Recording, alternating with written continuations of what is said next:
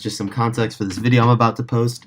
This is a video of me hacking my own MacBook Pro in about 11 seconds using a USB human interface device that automates keyboard interactions with my device and essentially spawns a reverse shell from my Mac laptop to the web server that I have hosted in New York.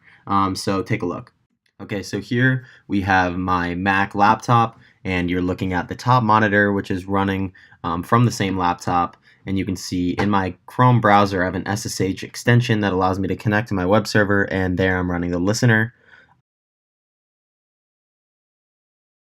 Here, it just closed the current window, open terminal, run Control-C in order to kill any commands running, and then spawns that reverse shell and sends it to my web server, which you can see was caught on the lower screen. So that's 11 seconds for you guys. So head on over to Hack5 and grab yourself one of those and see how fast you can spawn a reverse shell on your machine.